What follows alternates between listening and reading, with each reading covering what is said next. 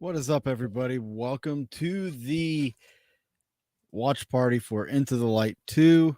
My name is David, and I am the creator, filmmaker for the Into the Light movies.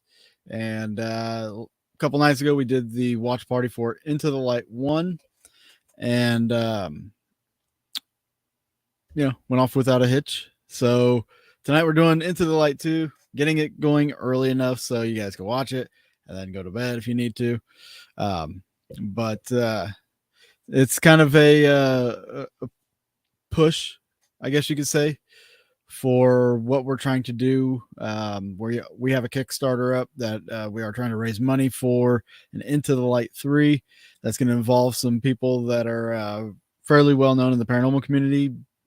Myself, Josh Hurd, KD Stafford from Ghosts of Morgan City and Ghosts of Devil's Perch, Jason Kupsik from the Ectoplasm Show, Dan Williams and Bart Towler from the Paranormal Research Institute, all involved. We've got some really cool experiments that we want to run if we can raise the money. So I'll put the link for the Kickstarter in the comments of the video, but I know nobody really likes to listen to me rant about this kind of stuff, and they're just here for the show. So we're going to jump right into this. Again, guys, if you have any questions about the film, you're more than welcome. Throw them in the chat. I will respond. I'll be watching along with you guys, and I hope you guys enjoy it.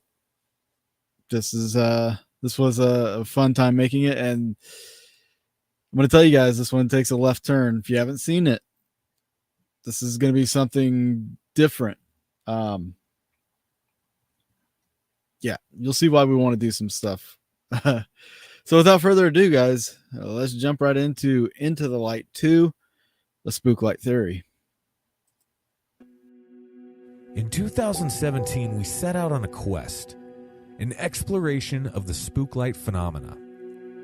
Through our travels, we uncovered and examined the legends and mysteries surrounding these sightings.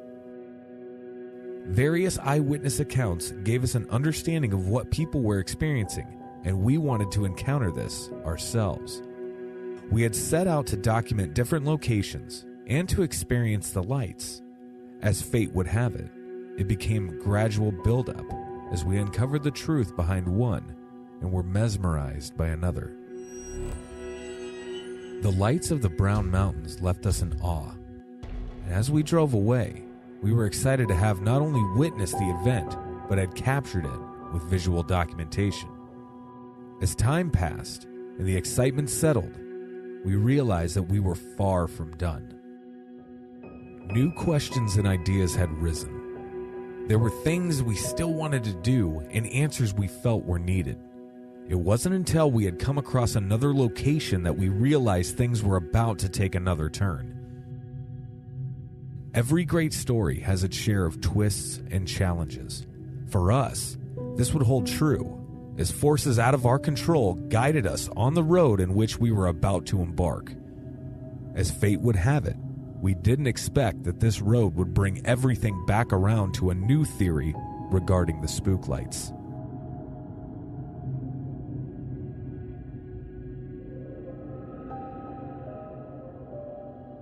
Our first goal of this documentary was to go back to the Brown Mountains. We had a plan in place that would get us even closer to potential answers. However, Mother Nature had other plans that would alter the course of our filming. Hey, what's up? Hey, man, are you busy right now? No, what's going on? We got a problem. Problem with what?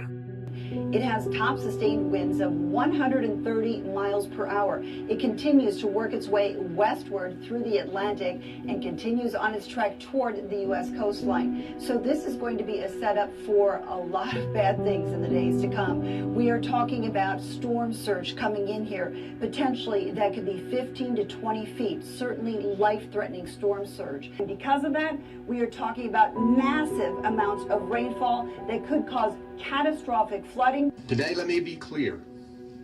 North Carolina is taking Hurricane Florence seriously, and you should too.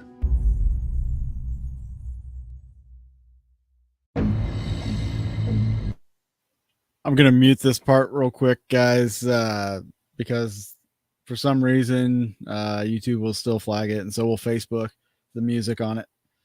I don't know why. It's just their algorithms. So at this point, we did not go back to the Brown Mountains because of the hurricane. If you remember from the other night on Into the Light 1, we captured some amazing stuff at the Brown Mountains. We had thermal imaging captures of the light. We had video. We had photographic evidence.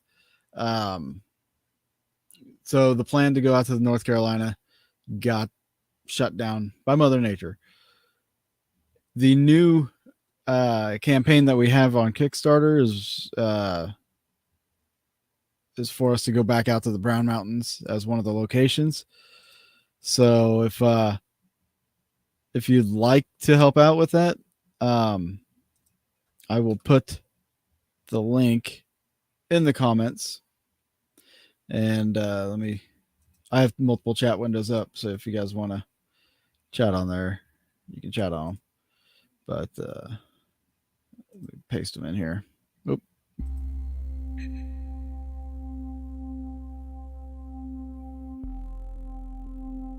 The hurricane and the flooding that is happening in North Carolina has really put a stalemate on our filming. Because of that, we're not able to go out there and do what we wanted to do at the Brown Mountains. But that also gave us the opportunity to come back to Joplin, Missouri, because we had unfinished business here, and we didn't get to talk to the people that we wanted to. And this time around, we're going to get to talk to people from the Ogapaw tribe, the Quapaw tribe for some people. We didn't get to talk to them. We also had an experience out at Joplin that we never got an answer to. So I think it was a blessing in disguise, and we're going to get to go out there and we're going to get to see what we might be able to come up with, and we might get some new information that'll lead us to some new legends and lore. Before we were to meet with our new contact, we revisited the location in which our previous visit gave us a glimpse of something we did not expect. So we just saw a light. We definitely just saw a light. Unknown at this point. Not saying it was a spook light, but that was pretty freaking weird. I mean, we just saw something. Something. Anomalous. I think that's the safest thing we can say right now is that we just saw something. I don't know what it was that we just saw. What I do know is whatever that was something that sticks with you for a lifetime. That's just something that you don't forget. So right now we are driving down the E40. This is the road where Josh and I had stopped on the second night and we saw this glow. We went down this road in the middle of the night to see if there's any turnoffs and stuff like that. Right now, since it's daytime, we're going to take a trip down here, just kind of see what this looks like during the day. That way, tonight, when we have our guests with us, we're going to have a team station down here. So if somebody sees something down this way and we see something down this way, we can make sure that it's not the highway that we're seeing.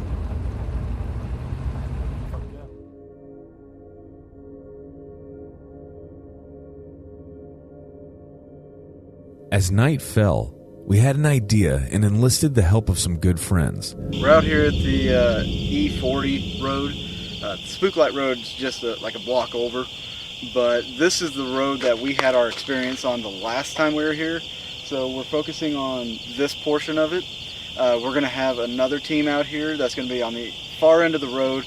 So if anything happens in between us, we're going to be able to correlate with each other to see if either team saw it or both of us saw it. So we're hoping something happens tonight. So like what we did at the Brown Mountains with the time-lapse type photography, I'm going to try to employ the same type of thing here along this road to see if we get anything anomalous. Obviously I'm going to have to mess with some settings a little bit and get that going so we can get as clear of a picture as possible. But I mean, so now it's just basically trial and error, but ultimately the goal is to find something anomalous on this road using this camera and the time-lapse photography. So I'm just going to be standing here as long as it takes before we get something, hopefully, like last time when unfortunately the cameras weren't rolling. So we'll see what happens. Dude, that's awesome. This is great. Now if I were to take this and set it to do this for basically, like, call it an hour, shooting straight up, continually having that aperture open for an hour solid, you would see these same stars start to trail, and they would make those really cool trail patterns in a perfect circle. Like, it's absolutely a beautiful thing.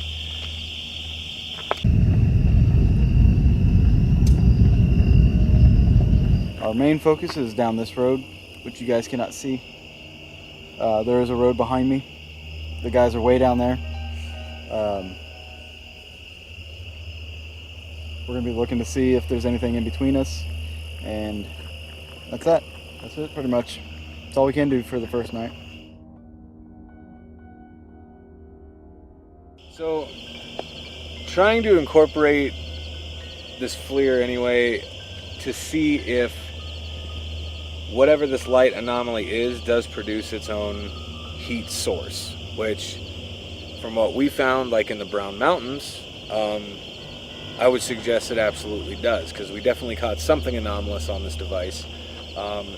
No matter how quick it was, there was definitely something that was going on. So hopefully tonight we get a little better field test out of this, and hopefully catch something.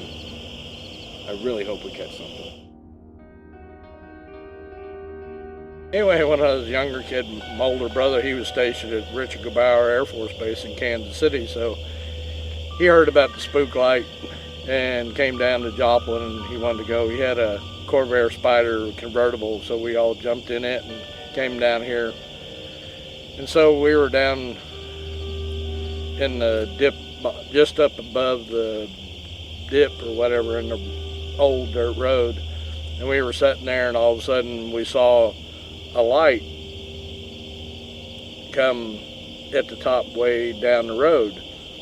Well, he had a pair of binoculars and he was looking through it, and it was changing colors. Well, all of a sudden it split up into different balls of light like it was bouncing down the road. Well, it got closer and closer and closer, and basically scared the hell out of my brother, and he says, I don't know what it is, and I ain't staying here to find out. So he started to Corvair up and back down the road and turned around and took off. But basically it had changed shapes and it would go back together and all kinds of stuff. It was a pretty cool thing to see.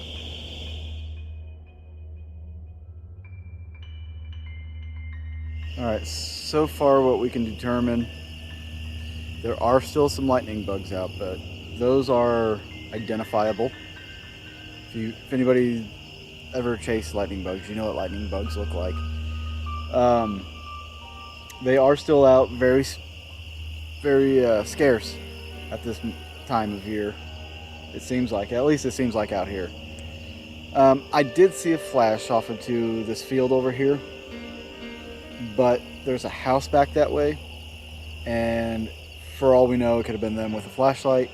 There is a light on at the house, so somebody is up. Still keeping an eye out. I don't know. I'll tell you, folks. It's been a slow night. A couple of us were able to see quick flashes of light. Whether it was something man-made or natural, it's safe to say that we did not experience the spook light. In 2017, we stumbled upon a local article which included an interview with Jennifer Lunsford, a Native American local who routinely would take trips out and bear witness to the light. To our amazement, we ended up meeting Jennifer during a film showing in Anderson, Missouri. Through talking with her, we found her to be the perfect person to help us in understanding the Native American aspect of this phenomenon. Luck would have it that the timing of it all would lead us to meeting up at a powwow in Wyandotte, Oklahoma.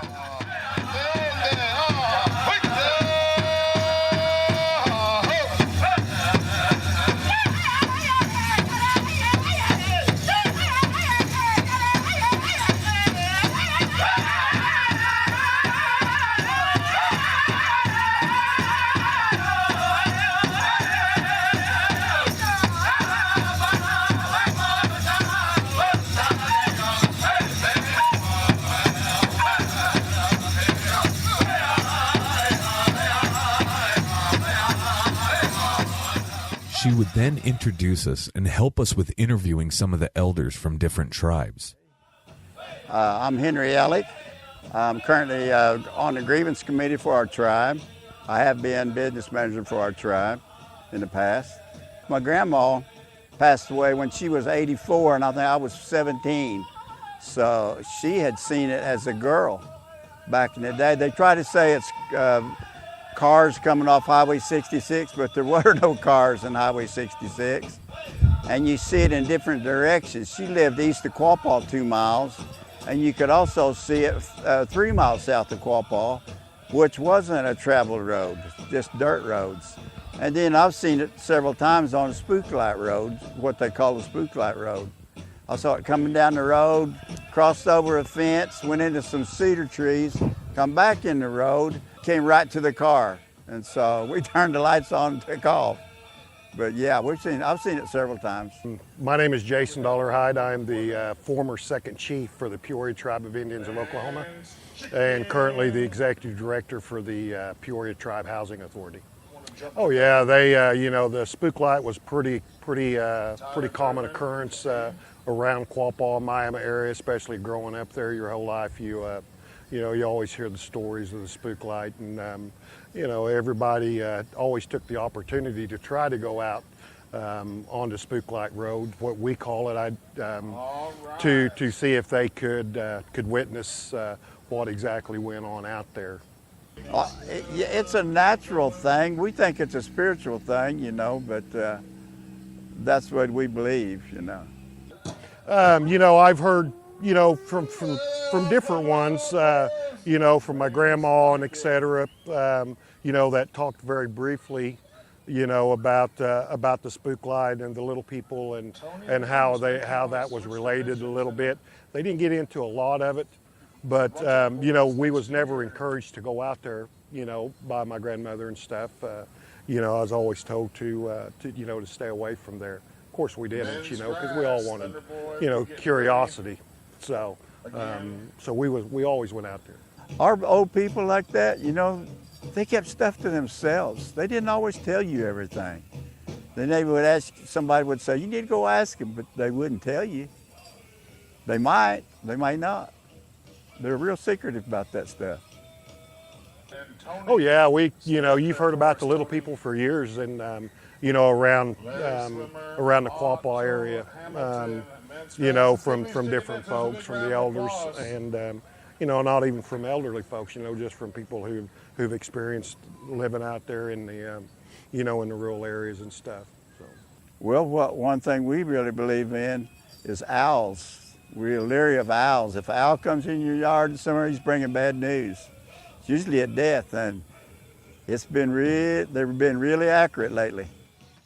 Being spectators to the powwow and hearing these men speak gave us a deeper appreciation and understanding of the traditions and values that are still upheld and respected to this day.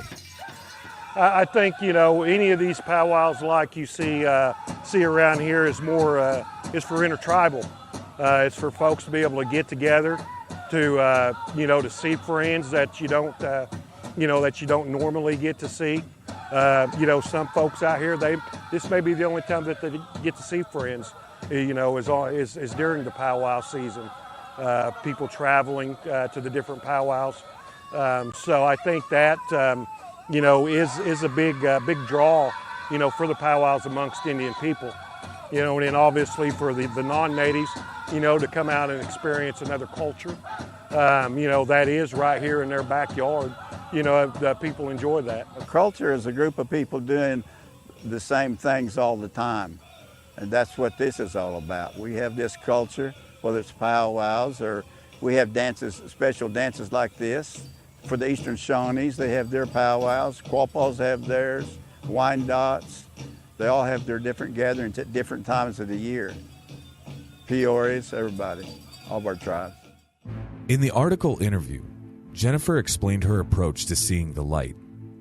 We asked her to join us on night 2, where she could demonstrate her procedure.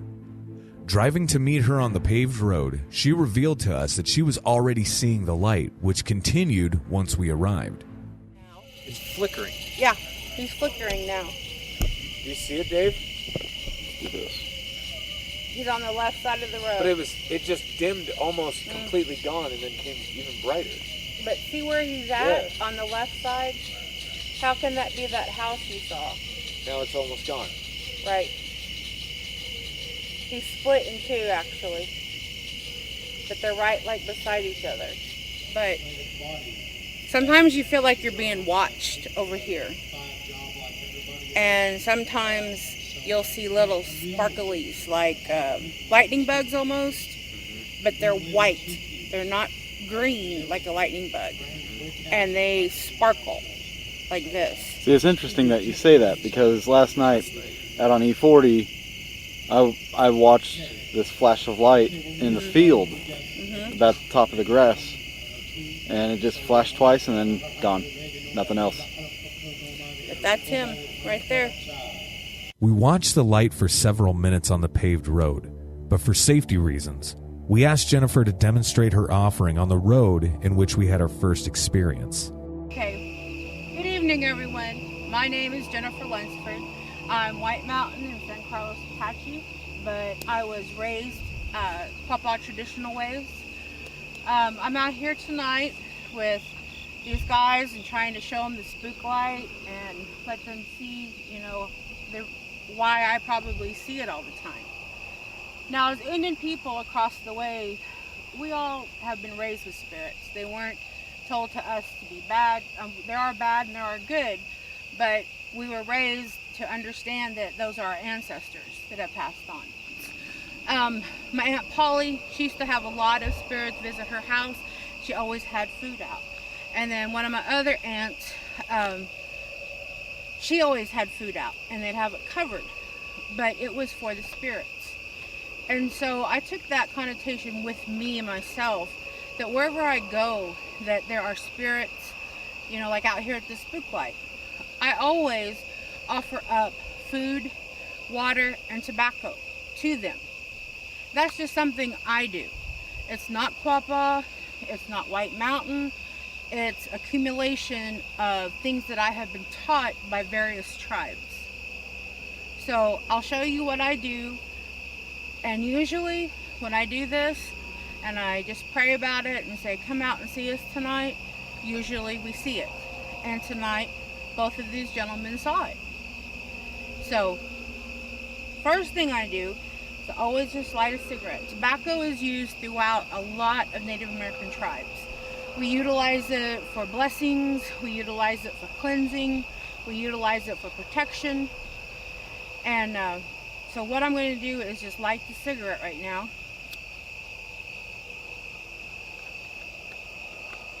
And both of these gentlemen had read about this in a Joplin newspaper article. And unfortunately we weren't able to make contact, but here we are. So I take that lit cigarette and I just lay it down. And I've been eating these crackers, those flips. One side's a cracker and one side's a pretzel. So I'll just take some of those and break them up. Throw some to all the four directions. And that's feeding those spirits. And as I'm doing this, I'm praying, you know, and asking them, just, we're here in a good way. We're not here to bother you. We just want to see you and visit. And I always pour out a little bit of what I'm drinking. Tonight it's cherry Coke. Again, all four directions. And while I'm doing this, like I said, I'm saying a prayer in my head, you know, just understand we're here in a good way. Understand that, you know, we're not here to hurt you or harm you. We're just here in a good way. So that's what I do. And usually, because I've done this, I usually see him. And I always refer to the spook light as a him. And honestly, I don't have any kind of real solid evidence that the light is a male, but the vibe I get from being out here is male. Could the light that we were seeing on the paved road have been the spook light? Or could the lights from the homes or lights from another road be mistaken for the anomaly? At this point, we don't have all the answers, But what we do know is that regardless if you don't believe in it, there are a vast number of people who over 150 years have had their share of experiences. Their stories and accounts will allow this mystery to remain just that, and will keep future investigators and truth seekers wondering and enthused.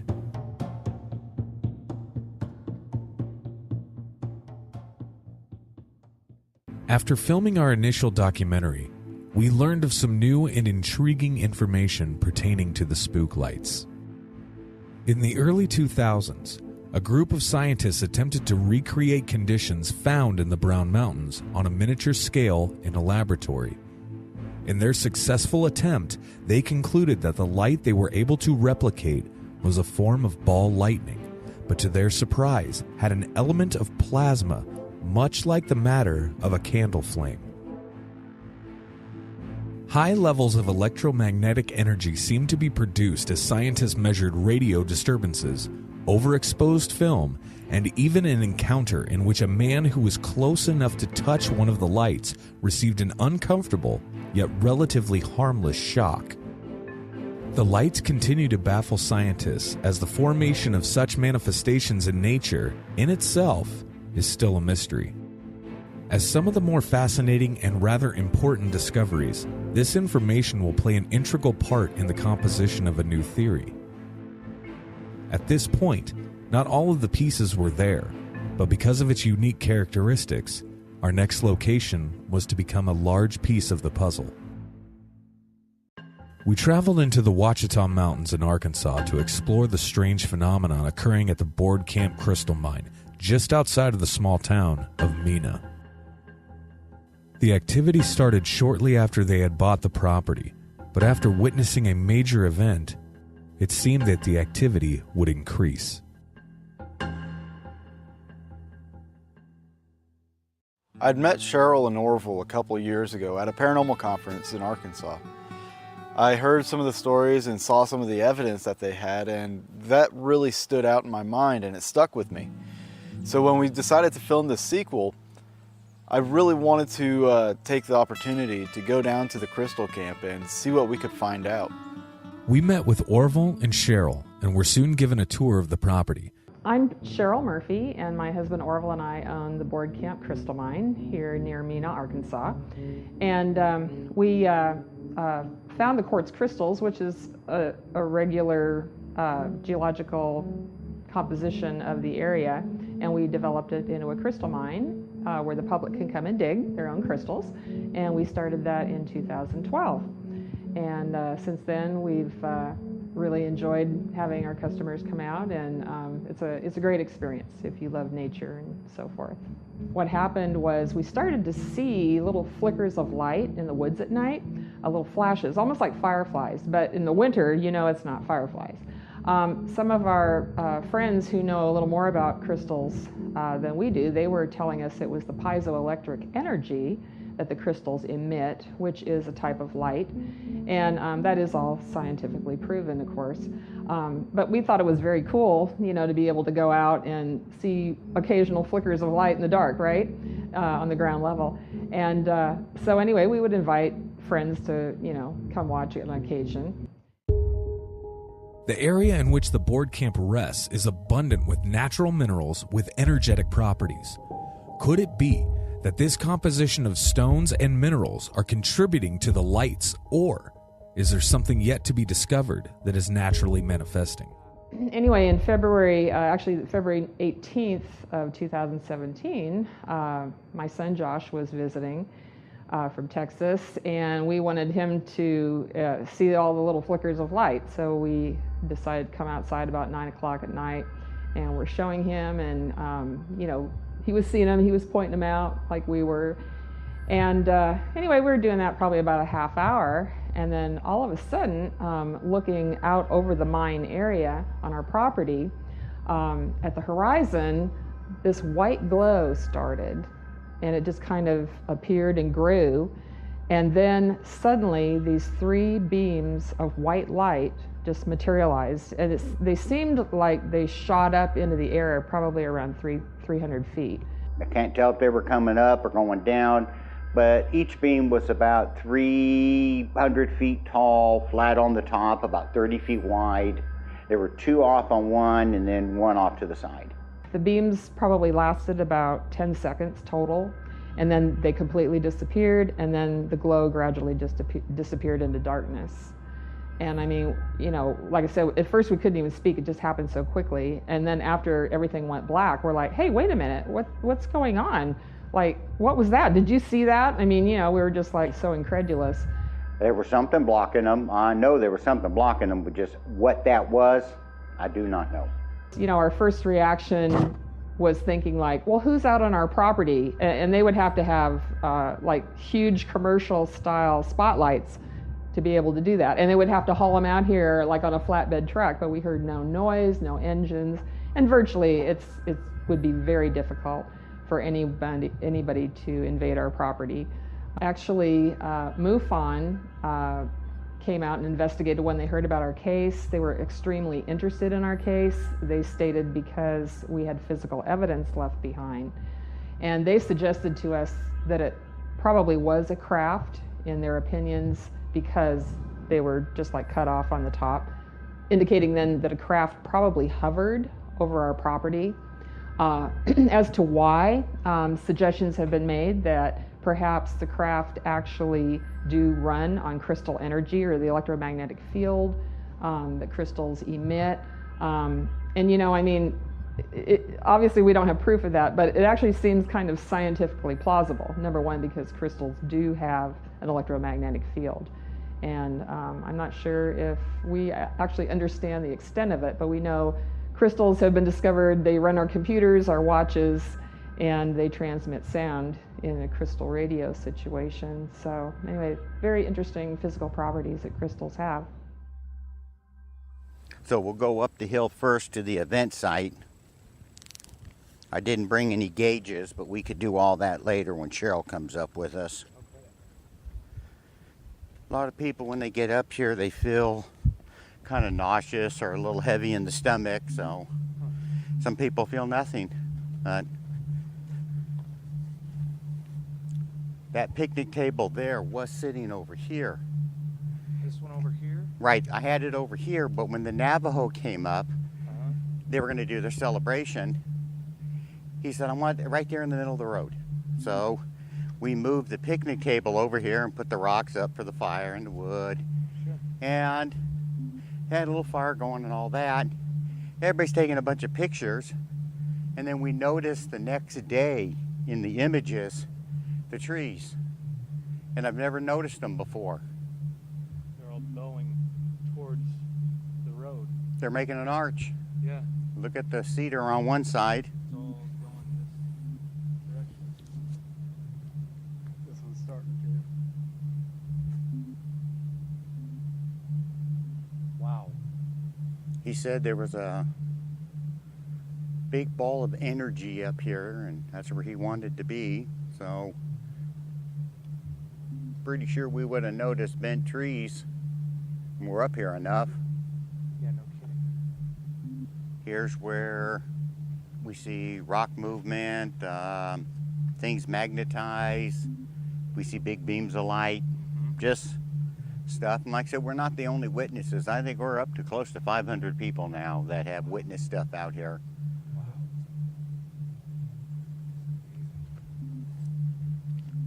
So this is where the flyover was when the Travel Channel was here. It came from back there, came straight up overhead this way and across, and the film crew was out here and they came out and caught it going over. So we see that stuff probably once or twice a month. Nice. One lady was sitting at the table, and her husband and Cheryl went to the stage to get more battery packs.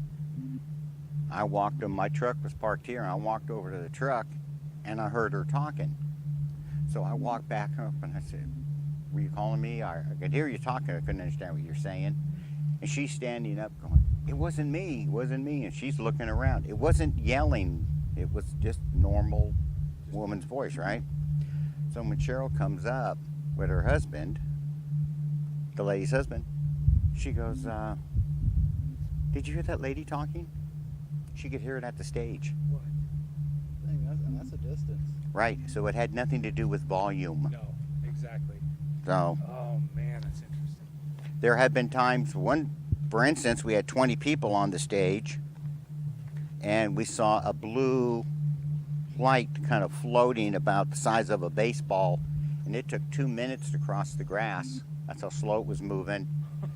And 15 people out of 20 are standing up there taking pictures, and there's 5 going, I don't see anything. What are you talking about? That's so interesting. How come 5 can't see? Right, exactly. So that tells me that it's a personal thing. After seeing the beams of light, the Murphys, as well as several visitors, continue to see the mysterious lights illuminating through the trees. After setting up game trail cameras, they were surprised to see another strange occurrence in which large stones appeared to be moving on their own, and sometimes even levitating.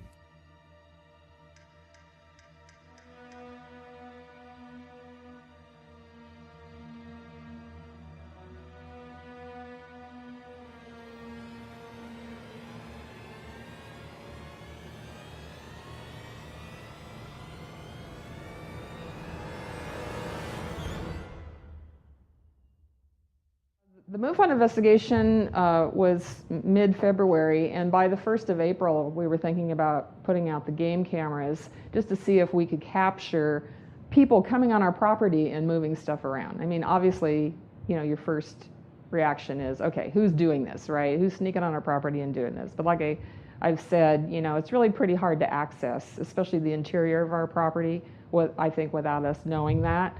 And so anyway, we put out the game cameras around the 1st of April, focused on that particular site where we saw the beams. And at that point, when we saw our first image on the SD card, that's when we saw the first rock that was actually just right there in midair. And you know, to see that for the first time, we were totally blown away. I mean, we kept staring at it going, wait a minute, that rock, in this image, it looks like it's just hovering in midair. You know, we didn't have a video at the time, it was just an image of it, but it was pretty a head scratcher. That's hard to understand. Our tour took another strange twist when we were told about yet another oddity. Over the last couple of years, it seems the property was showing signs of Sasquatch activity, and the signs were abundant. Well, right after the MUFON investigation, and then we started seeing the images of the rocks in the game camera images, we also started seeing orbs of light at night. And the first ones we saw, they were white, almost as though someone is just shining like a 2-inch flashlight right in your face, except there's no beam coming from that light. And the orbs would appear, sometimes disappear, like flash on and off. Sometimes they would just kind of move around, kind of float around, and then just disappear. And in various areas of our property, there was no real rhyme or reason when they appeared or how they were going to appear or where they were going to appear. And so after that, we actually had a gentleman who was experienced with Sasquatch. And when he came to visit us, he just seemed to sense that there was a Sasquatch presence here. And at that point, we're like, whoa, wait a minute, okay? First, we're told aliens are here, and there was even some ghost hunters here that told us that we had spirits here, and now this guy's telling us we have Sasquatch here? I mean, to us, you know, who'd never been into the paranormal before in our lives, you know, it just sounded totally outrageous. But what he did was he took us for a walk through our forest, and he began to show us what is called tree structures. And we were like blown away when he showed us these things, because apparently when Sasquatch live in a forested area, they make markers, is my understanding, and even Native Americans later on who came, they were telling us the same type of thing that goes back in their folklore, that the Sasquatch make markers using trees, twigs. Sometimes they're crossed, like limbs are crossed in the middle of a path. Sometimes they're in an A shape, almost like an arrow. Sometimes trees are leaning against each other or woven. the branches are woven together. And nature, that doesn't happen in nature. You know, I mean, vines can, of course, wrap around, but not tree limbs necessarily. I mean, I've never heard of that. So we were pretty amazed when our first friend came, and he has a Cherokee background, by the way, so he has a Native American background, and he started showing us this. So I left the hollow stump here because we realized something's been beating on the side of the tree. So Smacking. You could hear that forever, especially being up Yeah. top here. That sound. I can hear it at the house. Oh yeah. Damn. And another thing you'll have to try too, Native Americans showed us this. You've heard coyotes out at night, Sure. obviously. Sure. Okay. Coyotes start howling and screaming and whatever. And if you do this, they take about 30 seconds and they shut right up. This is the public dig site, but see that tree that way? It's been there a long time. It's still alive. It's not dead. And if you get up close, you can see it's wedged in there enough to where it's bulged. Wow. And we're going to go to where it's pointing. Here's something I've never seen in an oak tree before. The limb grew back into the tree and then back out again. Did you place that? Nope, we keep knocking it out of the tree and then we find another one up there later. Do you mind? Help yourself. I'm just going to put it down here. Right there. And then we can maybe come back later. Yeah. See. Because, yeah, that's cool. This tree here was pulled down and the fork was stuck in that tree and then braided. Yeah. It's braided into place so it stays. Mm-hmm. Over here,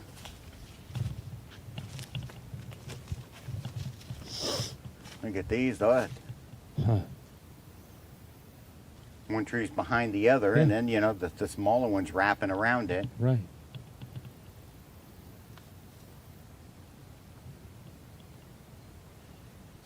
It's pretty interesting stuff. And like I said, I don't have answers. Sometimes it's better to just kick back and enjoy the ride. Sure. You know? Absolutely. So. All right. We know what you must be thinking. We set out to search for what's been called spook lights. It's one thing to discover moving rocks and another to tie in the UFO alien theory. But adding Bigfoot into the mix is just ridiculous. And we agree. Or did. When looking back at our exploration of the spook light phenomena, we noticed a common theme. During the filming of the first Into the Light at the Brown Mountains, we heard yells and screams coming from the woods. Jokingly, we attributed this as being a Sasquatch, as Dave decided to mess with Rick. There was again.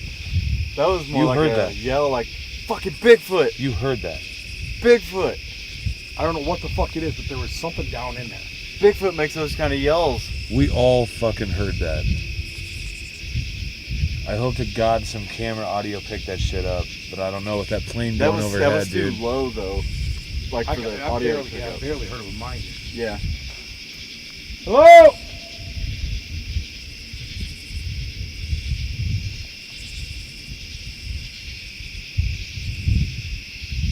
Should I try a Bigfoot call? Just fucking go for it. Here. Yeah. Steady.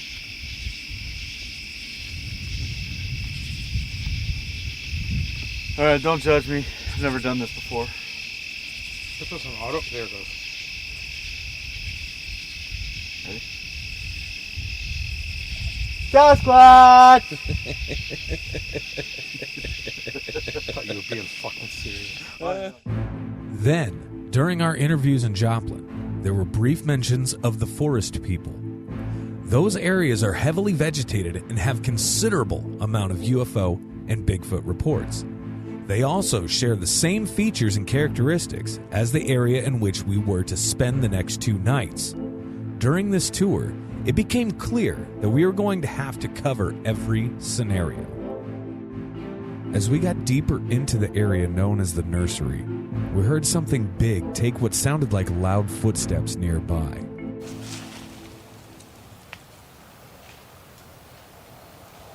They just don't Hang on, stop moving. bend this way. What was that moving? You heard that over there? Yeah, I heard it. That was big. Sounded like somebody was walking. Yes, it did.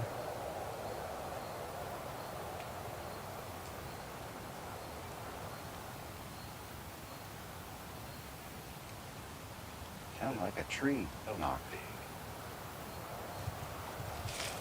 That was louder than anything we're doing. Yeah, it's louder with than our you walking. feet.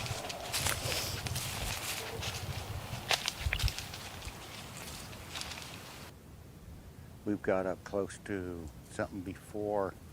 I guess they didn't have time to grab a stick or a rock or something, and they'll do this. Clap, yeah. The most prominent features that we were shown were the placements of rocks. In one location, we found a stacking of a few rocks measuring up to about 1.5 feet. We were then shown a location in which 2 tree trunks had fallen and then crossed, but upon those were several rocks lined in a row. I knocked them off yesterday. Oh, so this was since yesterday? Yesterday morning. Wow. And it's kind of weird, too. If you sort of look at it, it looks like it's going from bigger to smaller. Uh-huh. I think they have OCD. Obsessive crystal disorder. That's right. Oh, this is something And, you know, else. the other log, too, will fill up the same way. It's only got 1 on it right now. Oh, I do see that little guy Right. over there, yeah. One of the things we did was remove the rocks from the log as a trigger to see if something would happen that night. It wasn't long until the darkness had swept over the land. At this time, we met Jason Head, who not only grew up and hunted in the area, but had become friends with the Murphys and had a variety of experiences on the property. My first experience was an orb, and but when I first seen it, I thought it was a shooting star. I didn't know what an orb was, but there was just something different about it. And then when I got to studying and talking to other people, then that's when I realized what I was seeing was a floating light, or an orb, as some people refer to it as. After the main event, when Orville and Cheryl seen the 3 large lights upon the hill, ever since then it's occurred more often. On the average, we'll usually see something 2-3 times a week. One night, me and Orville was up doing some investigating work, and me and him seen this large light, and we thought we were only gone like for 45 minutes, an hour, and we got back to the house and we'd been gone nearly 3 hours. That was the only time I have witnessed it. Now, one night, Orville, there was a large light out here, a large group of people. He went running after the light. We noticed he was gone. We went to looking for him. Never did find him. About 45 minutes later, he showed up. You know, he thought he'd only been gone a couple of minutes. And like I said, he'd been gone nearly an hour.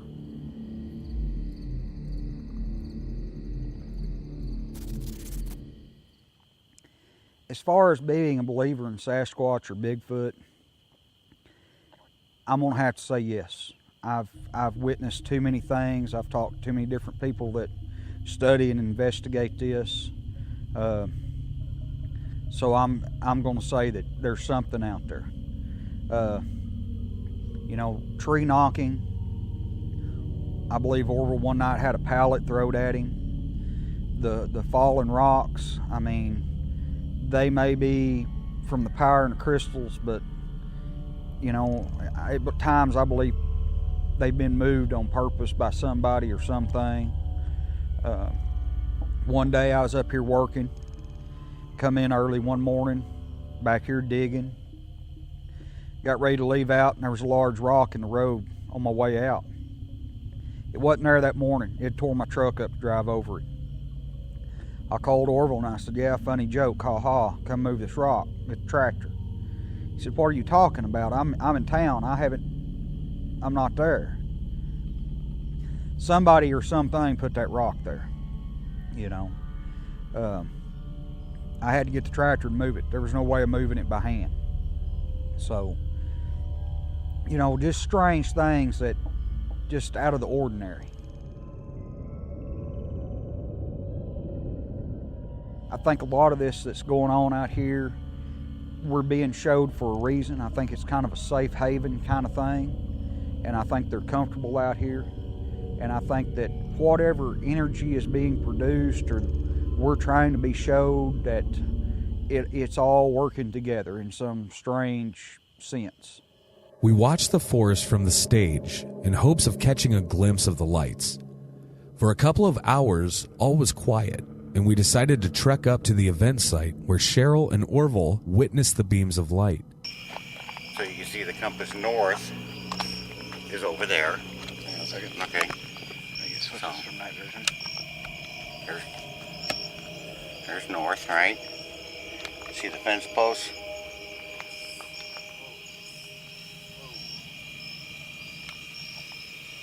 I mean, it'll stand that thing up.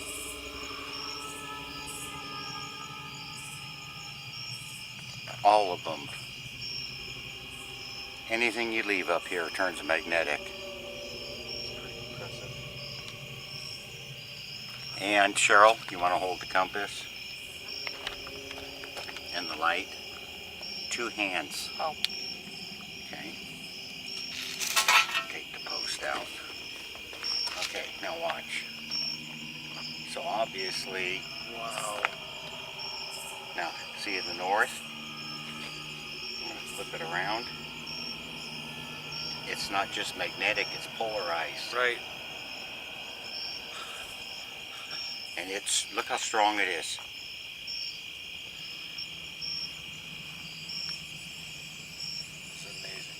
That's one of the original posts that was up here that first became magnetized.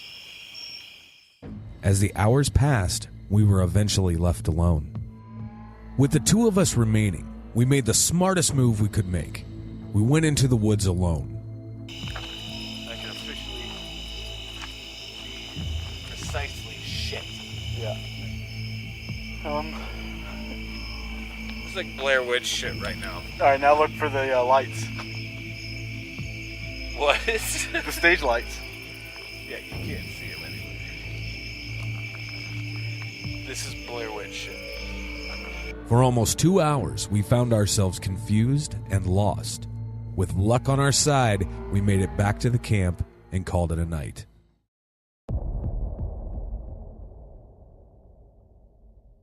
It's a little after 3 a.m. and I was hearing some knocks, like loud, like they were coming out from the woods. And then, yeah. Anyway, crazy stuff started happening.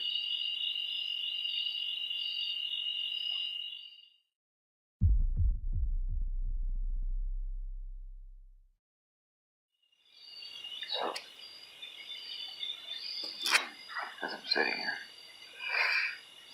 trying to sleep, I've heard talking. I've heard what it sounds like talking.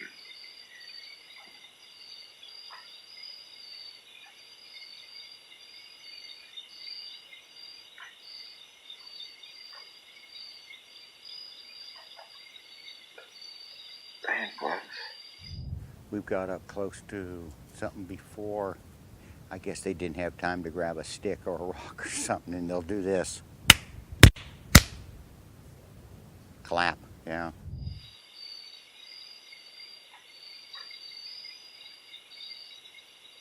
I heard a lot of shit tonight.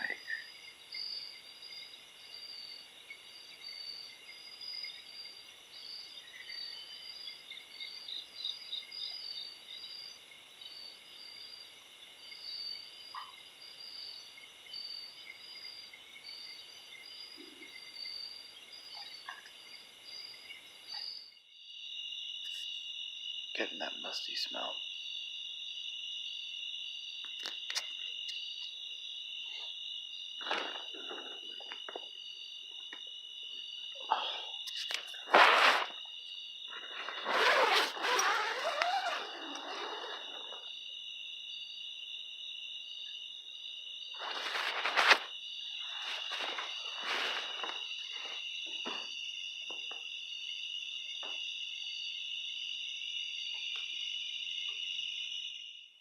I was hearing this clapping. I got up, walked around. It stopped. I slept for 2 hours. Maybe. I was hearing talking. I don't know why. Anyway. I just thought I would share. This stuff's it was getting pretty wild there for a second. I walked over that way. And,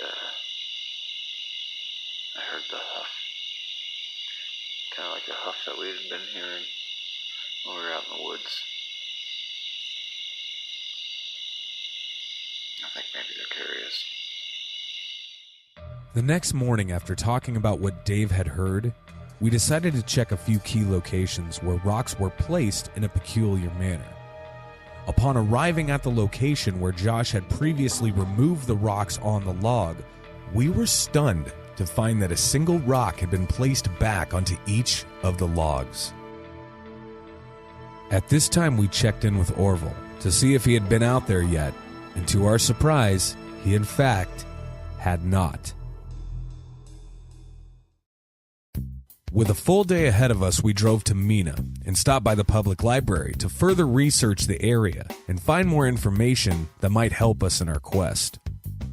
When looking up the reported sightings of UFOs and Bigfoot, we found that a good amount in Arkansas were from the Ouachita State Park, and we just happened to be surrounded by it. So, here's a UFO sighting. Okay. February 8th, 2018.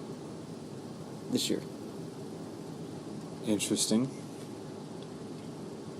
I guess this is in an interview format. It says, where were you and what were you doing at the time?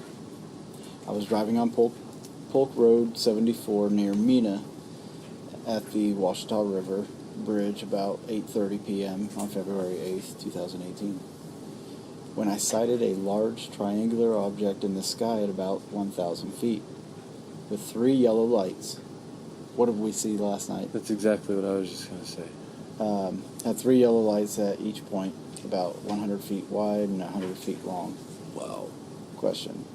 What made you first notice the object? I just noticed a bright yellow colored light that I had never seen before in the sky. What did you think the object was when you first noticed it? I thought the object was a large triangular aircraft, or maybe 3 planes flying in formation, but then I noticed that all 3 lights stayed together when the object moved, and that's when I started to think it was a UFO. Wow. All I could see was 3 yellow bright lights formed as the points of a triangle. I did not see a craft, but it was the 3 lights that appeared to be on the points of a black object. The object moved extremely fast. The best way to describe it is when you're following an airplane and it disappears behind a cloud. You expect to see the airplane again at an expected location when it reappears from behind a cloud, but this object did not act that way. The object seemed to move more side to side instead of in a straight line, so it zigged and zagged, I guess. Interesting. I saw it appear 3 times. It appeared, then disappeared, and unlike the airplane, it reappeared where I did not expect to see it. It was like it was moving in 2 directions at once. It was flying more of a southwesterly direction from my location. Let's see. I was tired and I was driving and tired to follow it. Or I was driving and tried to follow it. The object seemed to be heading in a southerly direction towards a small community called Board Camp or Nunnally. Wow. Where there have been other recent sightings. I called a friend, Orville Murphy, Yeah. who lives there, to see if he could see the object. He told me later that he did and would report it. The object just disappeared while I was trying to keep up with it during driving. I drove 5 to 7 miles trying to follow it before I lost sight of it. So this was a sighting somebody had, and then they reported it to Orville because it was moving his way. Right. Interesting. So, apparently back in the day, and this isn't that hard to believe really, but it does say that, like, Mina specifically was 100% white. Okay. Despite attempts in 1897 and 1898 to chase African Americans from the Mina area, a small black community dubbed Little Africa arose just east of Mina on board Camp Creek. On February 20th of 1901, Pete Berryman, nickname Nigger Pete, was lynched. Holy shit. Numerous other instances of racially motivated harassment occurred throughout the years in Mina. This, combined with changing job prospects, relocation of railroad division shops, apparently convinced many African Americans to then leave the area, and Mina slowly became a sundown town, is what they're calling it. There were 152 black residents of Mina in 1900, but only 16 by 1910. Wow. So we're talking a decade, and right at 150 people bounced. It's interesting. They started their board Camp Creek, right there. They started their own small black community dubbed Little Africa right there. Wow, that's interesting. Kind of a shady past, you know what I mean? Yeah, for sure. Very interesting stuff, my friend. We made it back after sundown. Talking with Orville and Cheryl made us want to try something we've seen and were told about. So,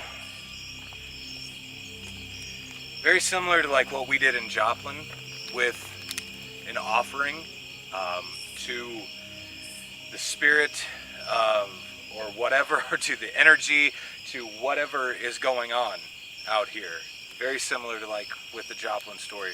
We're offering up peanut butter and a couple other things, but peanut butter apparently is a favorite around here. So I'm gonna offer up this peanut butter. Now, Orville, you're gonna have to help me out here, because what do you call the people out here? What is the forest people? Forest people? Right. Okay, thank you. So I'm gonna offer up this jar of peanut butter to the forest people that are out here, and this is yours. So you may come and take this, enjoy this. We also have some beef jerky, because, you know, just in case. What kind of beef jerky is it? This is Jack Link's teriyaki flavor. Give me a piece of it. And we'll offer the rest. You didn't buy any for yourself? Yes. You know, I always have such a problem opening these things. All right. So also to the forest people, we are offering up this beef jerky, which is insanely tasty. I'm going to get rid of the trash here. And then I'm going to strategically place a green glow stick with a cute little ribbon attached to it. And I am just going to put that,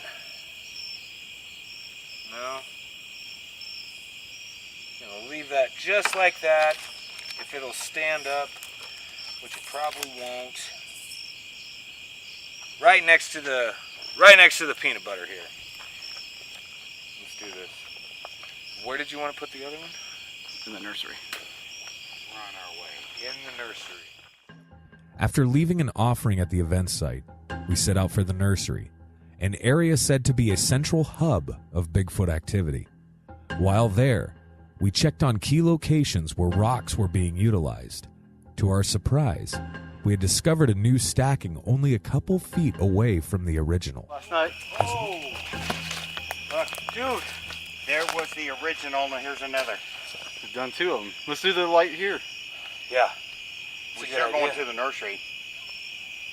But yeah, do what you want. These are stacked for a reason.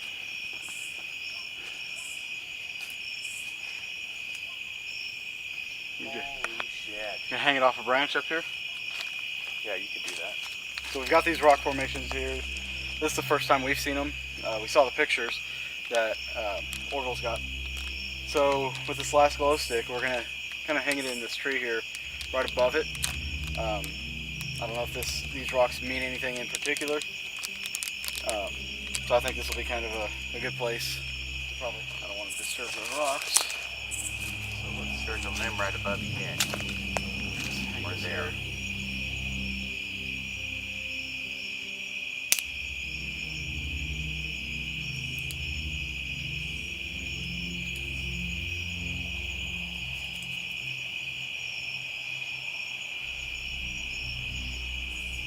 For the people of the woods, I'm going to leave this here to you as a gift. We want to say thank you for anything you've done yesterday, last night, and hopefully we can speak tonight, or you can show yourself to us. But I leave this gift here for you. We'll leave it alone. You can do whatever you want with it. And we want to say thank you. All right. As we continued, we were once again caught off guard by a series of discoveries. Oh, wow. We were down here last night. We were, Yeah, yes. no, that was over here. You can see the mark. Okay, there's another one. Get a shot of that one. Wow. Those are big stones, man. These are huge. I mean, how big would you say those are, Josh? You know, I don't... Like, put your hand on it. If that tells anybody anything. You know, it's weird, too, because look at this. Like, you see how it's tipping? Like, just a little bit. Like, that's how precise these are stacked on each other. I mean, a little bit of movement is going to knock it off. So I'm just going to lift it up real quick. I mean, that's probably... 30, 40? It's got to be 30 pounds. Yeah. Probably. I would suggest the other one is probably a little bit heavy. Look, See, I can't even put it back. Well, okay. Man. This is what I was commenting on. Oh, earlier. look. What do you got? Holy shit. And it's shaped the size of the hole. Okay, so the rock I took out. Shine down. That's the rock I took out. Yeah. That's the rock I took out. But step back just a little bit. Easy. Look. Step back. Look. Gigantic fucking footprint. Gigantic fucking footprint. Do you see this? 1, 2. Look at the stride.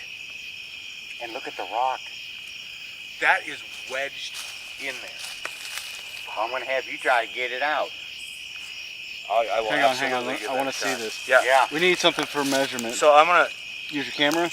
I actually can now. Here. I'm going to do this real quick. Set your cell phone down. No, I'm going to use my cell phone to do a measurement. You got an app? Well, luckily, iOS 12. Yeah, look here. It looks Just like did that. one here, one there. Okay, so... The footprint we discovered was reminiscent of the casting we were shown that was taken by Orville nearly a year prior. So I'm going to guess that's 18 feet, or excuse me, 18 inches from top to base, and then we're going to go from here, measure across. That is 8 inches wide. So we have 18 inches top to bottom, 8 inches So I'm honestly, bro, Yeah, look, like, we got see another here. one here, and there's no telling what's back here. It's dark. Yeah, no I was kidding, looking man. back here because, I mean, if you get up in there, maybe this you would have is- walked around and. Could have been. This is amazing. So now, without disturbing this, I'd like to try to go for it. Get that out. Right. Hang on, before you do, I'm gonna look around here. Okay. Okay. Shine your light back here. Like, there's disturbed ground right there. Yeah, I see that. And a little bit up here, but I don't know if that was before or after. Wow, dude. In all honesty, I mean, it And think about, like, does kind of all look that like stuff, an indentation. like all that stuff we were hearing last night. Yeah. You know, all that stuff that we were hearing even just a little bit ago. Estimate the distance. Right. You know what I'm saying? From the stage to here. And I'm like I said, you got to estimate everything because nobody knows anything for a fact. Right. Exactly. Damn, man. All right, Josh. All right, I'm gonna. Here, come around to this side. Yeah, I'm just gonna Around try it. to walk over here. I don't know if you'd get a really good print out of that or not. You know. I don't. It's not. I don't think it's deep enough. I don't No, I either. don't think we can get a print out of it, but. Oh my god. This is wedged hard. Okay, bro. Put it at the base. I'm putting it right there in between this tree and this tree. Maybe make it a little more difficult in theory. But you know, for them like to find a rock that That shapes side. the hole. Right. And it was fitting in there just Yeah. perfect. So, You know, they it's put a square peg in a square hole is what they done. right. But, you know, you had taken the rock down yesterday. Yeah. You set it right there. This rock right here by my foot. This little guy right here. Maybe they thought it fell out just because No, it. I'm thinking they knew. They're like, oh, And you they're think like- that's a challenge? Here. Right. Try Yeah, this. but they're going, you know, let's hook him up.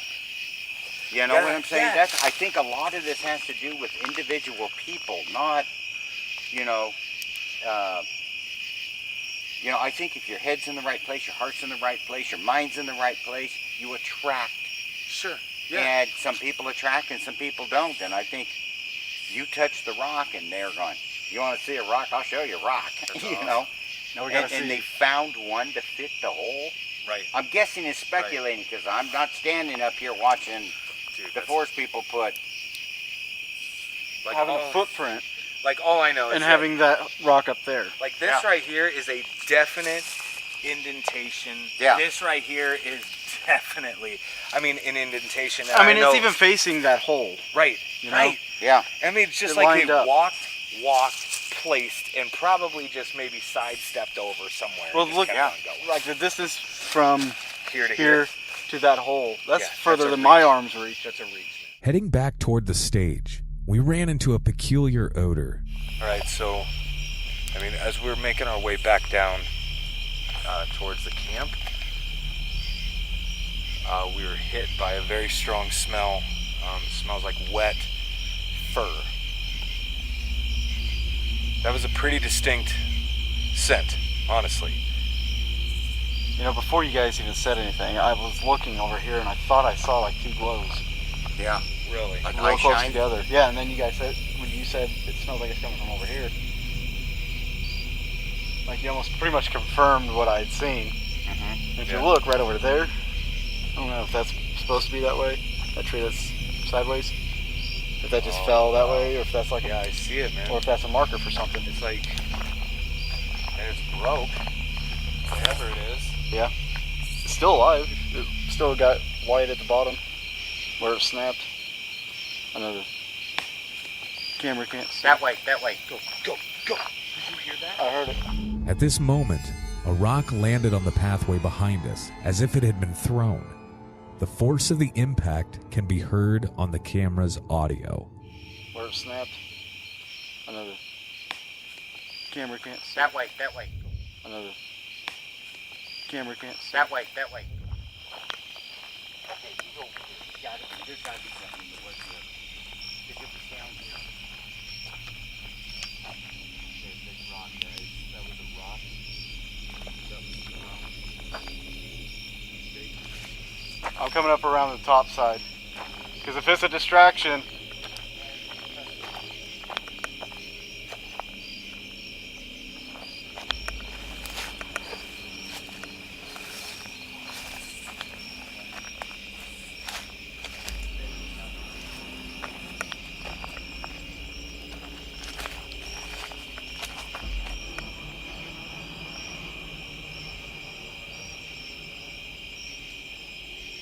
We were quickly joined by Cheryl and an investigator from MUFON, the Mutual UFO Network. As we discussed what had just happened, the odor came back. Smell. Oh man, we got. You tell them. So we were standing, right where you guys are now. Wait, Did you hear that? Remember that low hum you were hearing last night? Yes. Yeah. Just fucking heard it louder though. Like, I think we're getting close. too close. Yeah, that's cool. Yeah, I was gonna say we're not close enough.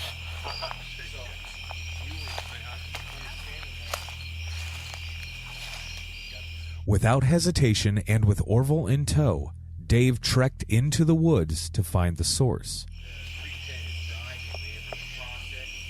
Talking about arches and stuff. I mean, you got this tree here. Looks like a path that came up here. As the search came up short, they heard some twigs breaking. What happened next was almost too close for comfort.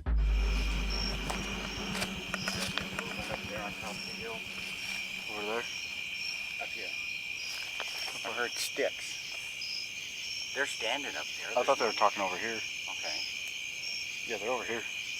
And this is thick brush. There's no way something's going to get in there. Unless it's going to make some sound. Right. Unless it's big. It's going to make a lot of sound.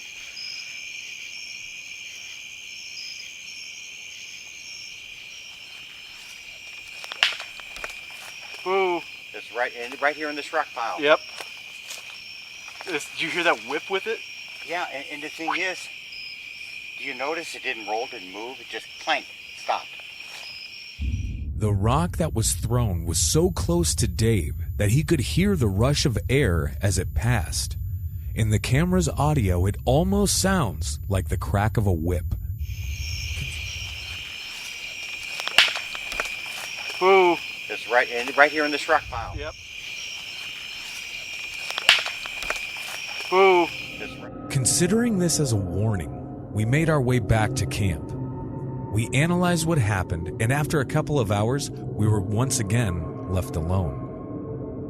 We are about to split up and go to different sections of this forest and hopefully experience Sasquatch or some kind of alien activity, or I don't know, like weird balls of light, you know, like I don't know, just weird balls. But I mean, it could be anything, you know, at this point. Like this place it's got everything. All right, my friend. Best of luck. Check on the stuff that's out there. I'm going to. Intend to, if I can find it. Okay. Fear not.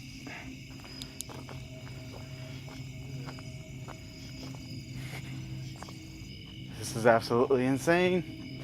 We probably shouldn't be going alone like this. Usually when you go on any trek like this, you want to have people with you. They always tell you to stay in groups. We're just fucking insane. It's fucking crazy. Definitely feel like I'm being watched. Definitely feeling like I'm being watched. Oh my God.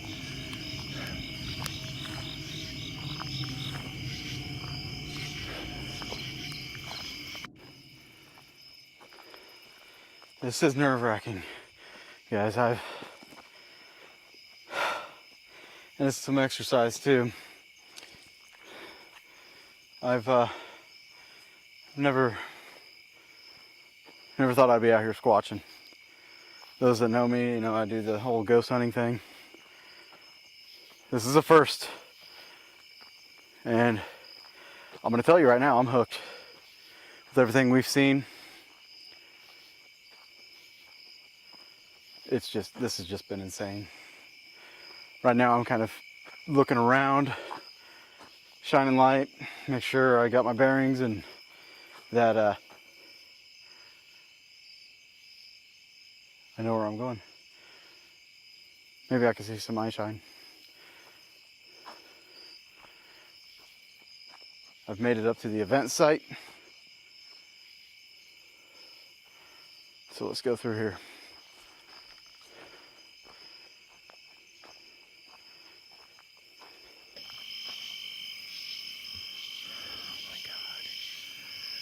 Guys, I'm like 2 steps in. Radio test. Make sure you can hear me. Radio's working good, my friend. Copy. It is so thick. Look at this break.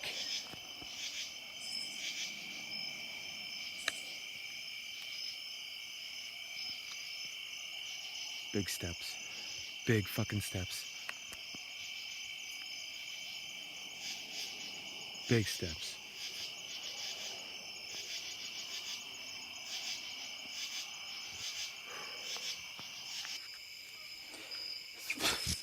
So my camera just died because the battery got drained. I had 100 minutes on that damn thing and it completely drained. I just switched it out, so hopefully this lasts a little bit longer.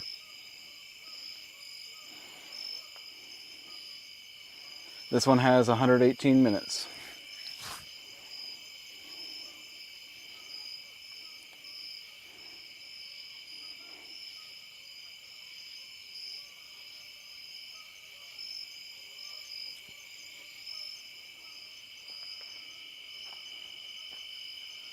They say at this event site, your camera equipment and everything will go dead. Your audio equipment will be all messed up.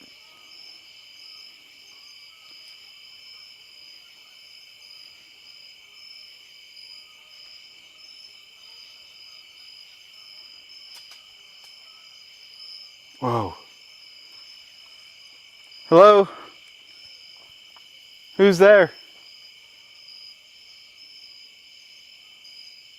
I hope that picked up. I'm here for the lights. Can you show me a light?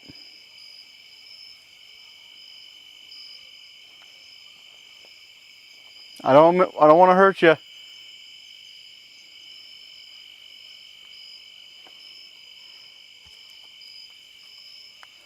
Dude, I just had something thrown at, not at me, but over here on the event site. Dude, I'm definitely getting creeped out over here too. It is so weird.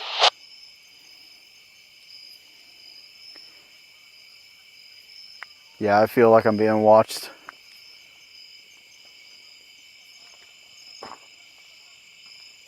Did you throw something?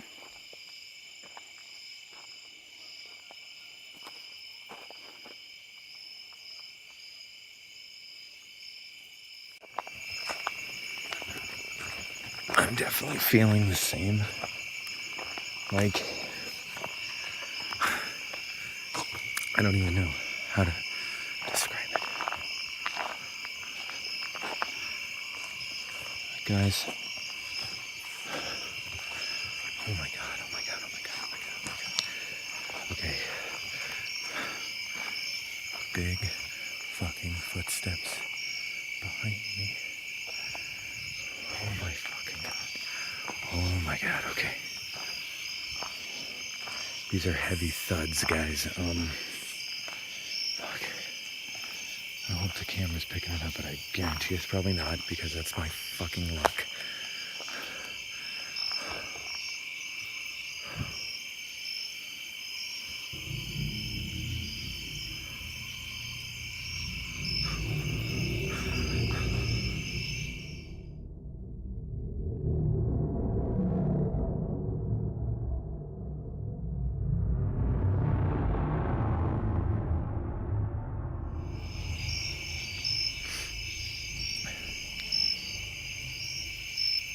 What the fuck? It's like little things are being fucking thrown or something. Okay. Okay. Okay. Okay.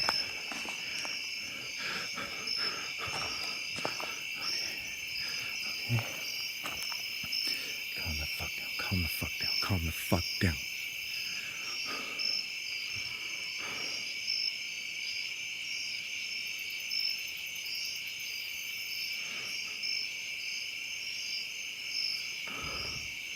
Hello?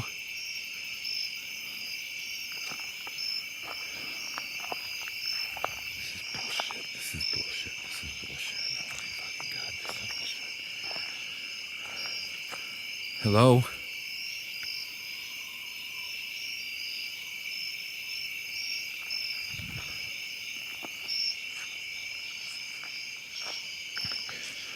Okay.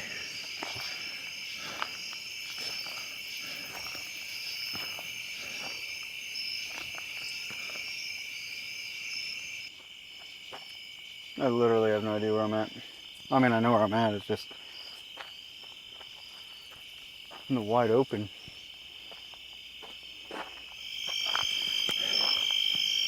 Alright, so when I was talking to Orville, he said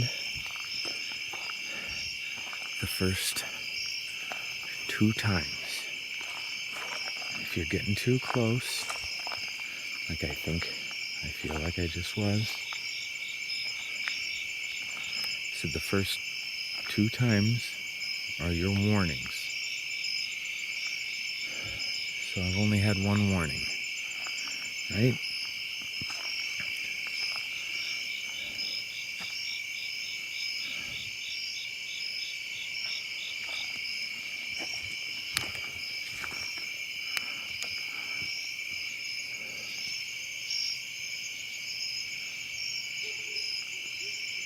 There's those fucking dogs barking again. God damn it.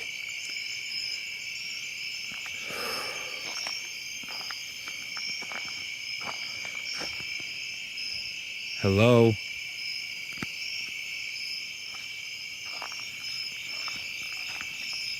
I wish there was some way that you could like communicate with me other than fucking banging trees and throwing rocks.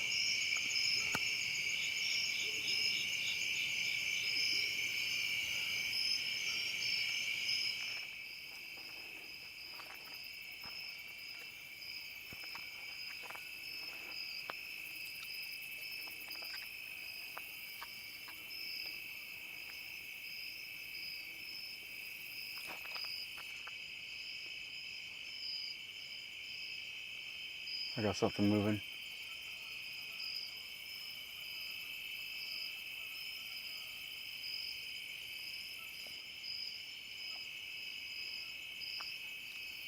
We're just gonna move forward.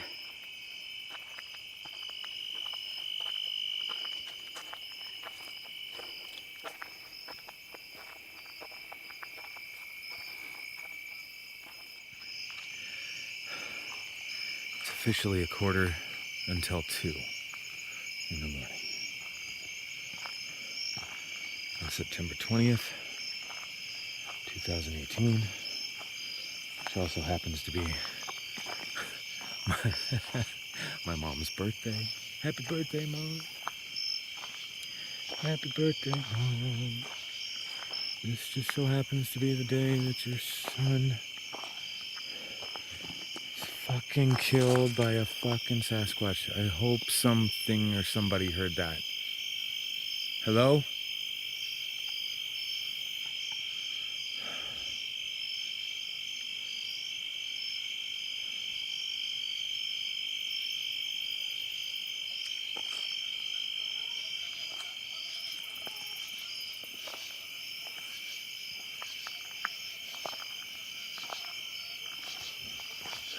God, fucking spider webs like fucking everywhere. Fuck. Jesus. Fuck. Okay. All right. Okay. All right. Watch your step. Get the fuck out of here. Get the fuck out of here. Okay. Okay. Okay.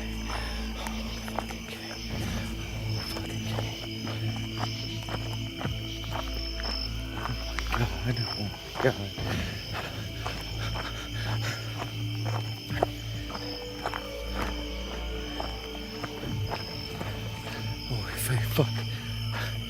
Don't go that way. Fuck. Okay. It's almost like you can't walk anywhere. You don't want your back turned.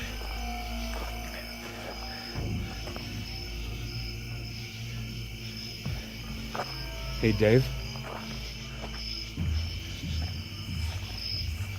Oh man, fuck. Yep. I just had two pretty significant warnings, is what I would consider them as. Definite like movement in the bushes, and it sounded like a big fucking rock or a thump or something right behind me. So yeah. Are you backing out, or are you just moving off somewhere else? I'm going to continue up the trail from the nursery. Okay, I've left the main event area and I'm heading north or south. I don't know what my direction is. Towards the ravine. Copy that. I do not want to walk back down that way.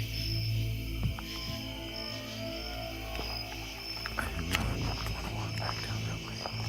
I do not want to walk back down that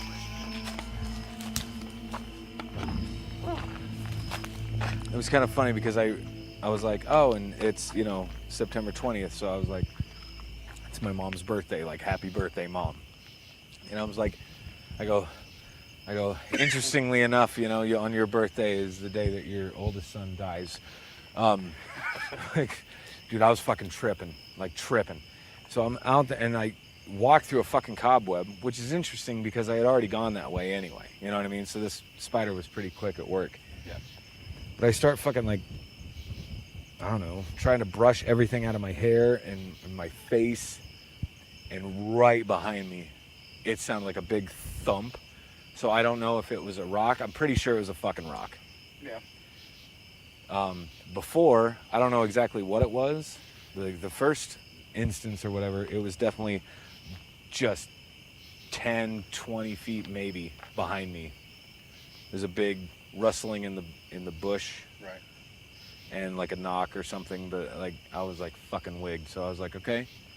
I'm like, he said 2 warnings is basically all you get, you know? Before what? You don't want to find out? No. And he's like, and so I considered the first one, obviously, and then that last one that was right behind me, Yeah. I considered too close for comfort. I was like, fuck it. For me, it's almost as if the lights have opened a door for us to experience this. Interesting. Like as if we started on a path. Right. We wanted to identify these lights. We wanted to figure out why they're there, what's the cause. Learning what we learned in the first film. And then coming into the second film with that knowledge, and then coming across stuff like this. I mean, you know, you do expect to see the lights. That's what most people have been witnessing, is the lights. But we haven't seen one goddamn light. Right. What we've been experiencing is on the other spectrum. On the other spectrum of the paranormal field. I'm not trying to be like jumpy or nothing, but that didn't sound like a goose. You're right. But this is on a whole other spectrum of the paranormal. You know, you got like your ghosts, you have maybe spook lights, you have aliens, and then Sasquatch and other cryptids. We just went from here to here. Yeah, exactly. You know? But if you want to throw crazy theories out there, take the information that you have at hand, develop a theory. Well, the information at hand, if you want to put this puzzle together, aside from natural creations of these lights, there was a university that was actually able to recreate these lights in a laboratory. And what they determined was this was developed from plasma. It's hard to imagine plasma just developing out of nowhere, in the middle of nowhere. So, you set that piece right here. You put your puzzle piece down. Let's look at another puzzle piece. Bigfoot. People believe that Bigfoot's an interdimensional being. UFOs, they're not going to just travel 1,000,000 miles an hour through space. They're going to hit an asteroid or something eventually. But if both of these, if they travel by opening up wormholes, portals, or black holes or whatever, what if there's something that gets left behind, some kind of residue that gets left behind when they travel, when they intersect, when they come through? Yeah. And what if these lights, being that they're plasma, what if that has something to do with this rip in time or space? What if that has something to do with them coming and going? Right. So, I mean, it's all very intriguing that it could just intertwine. And I think obviously more studies got to be done, but yeah. But the experience we're having out here, it just opens. For me, it's opened my eyes a little bit, and it's made me think about this a lot more, and made me think about it a little bit differently. Yeah. You gotta take your puzzle pieces and put them together. And personally, I feel like I'm starting to put the puzzle together for myself. This is a journey. This is in a nutshell what we do.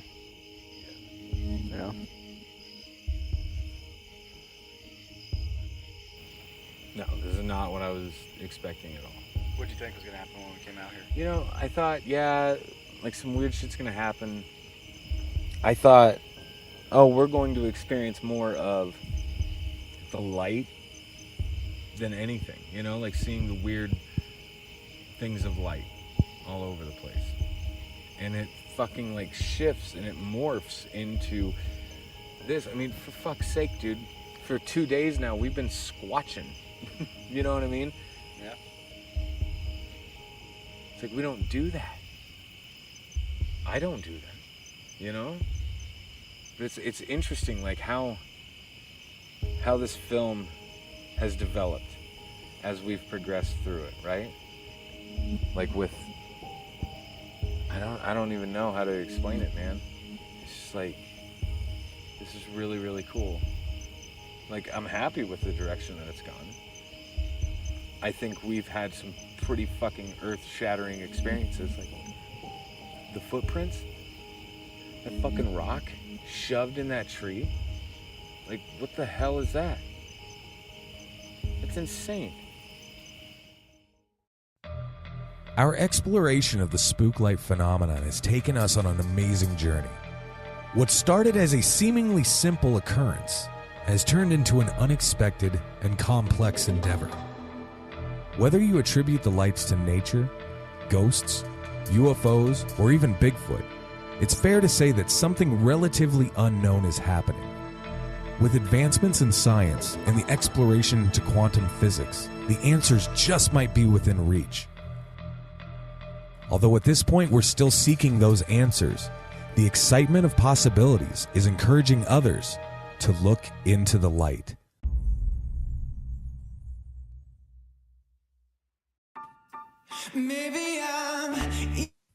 All right, guys. For a encore, I guess. Here in the credits, you guys get to see Josh get the crap scared out of him. So Josh is deathly afraid of aliens, and I decided to have some fun out there while we were filming. So I have to mute the music, but when the scenes come up for the scare, I'm going to unmute it for you guys, and then we'll talk about the film a little bit as we go. Check out Martin's gray suit. I'm gonna scare the shit out of Josh with this alien mask. We're gonna scare the fuck out of him. Out there. Are you okay? You look a little shaken. You scared the shit out of me. I thought you were dead. I thought Bigfoot came, grabbed you, was probably having his way with you, and God damn that mask, man. Like, like you were coming at me, and I didn't even know what to think, dude. I didn't even know what to think. So basically, to set this up, I had actually set this up with Orville before we even went out there to film. And originally, I was going to, since we were on the stage, we were going to flood the stage with lights and do this bass drop. Oop. Keep the light anymore. You saw it at the event. So we set it up to where he couldn't walkie me. We split up, and I cut my walkie off. Shit.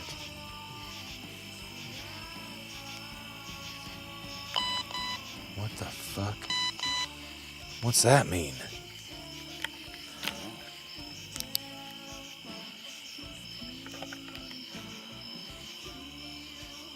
He's calling you.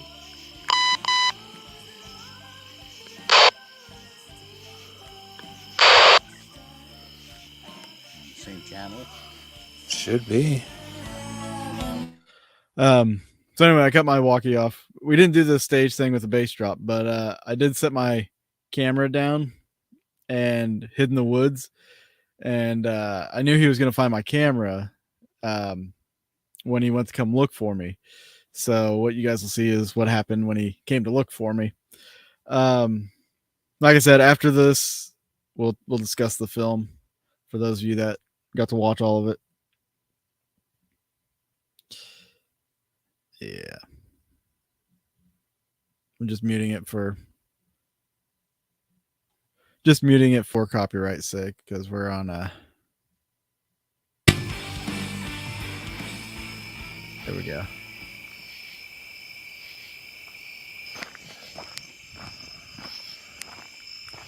Hey, Dave? Oh, fuck.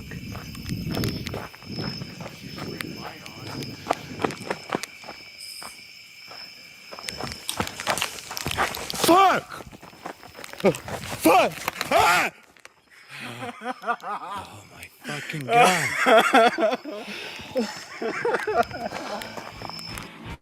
One of the greatest things ever. All right. Let me just fast forward a little bit. If it'll let me. Put it back up here. Little last cut scene, and then we'll wrap up.